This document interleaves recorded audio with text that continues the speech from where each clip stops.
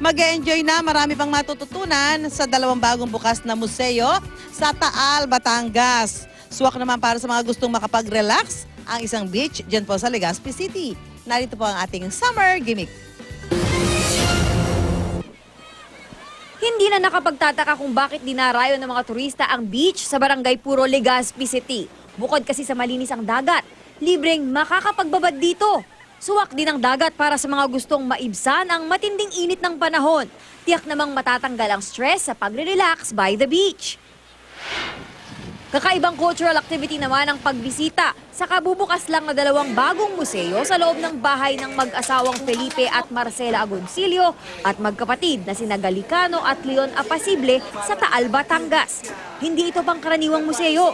May interactive features ito gaya ng audiovisual at light and sound presentations. May touchscreen terminals pa at jigsaw puzzles. Nakapag-enjoy na, nadagdagan pa ang kaalaman tungkol sa mga nasabing bayani. Agaw pansin din ng mga antigong muebles, mga kasulatan at mga lumang damit at grand piano. Paboritong puntahan ngayon ng mga spaghetti at pizza lovers ang isang fine dining Italian restaurant sa Tacloban City.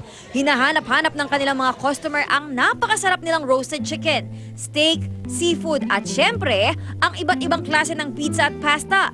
Ang lahat ng pagkain sinaserve nila sa pugon pa niluluto. At feeling mo, nasa Italy ka na, lalo pat ang kanilang chef, isa ring Italiano. Para sa unang balita, Athena Imperial reporting.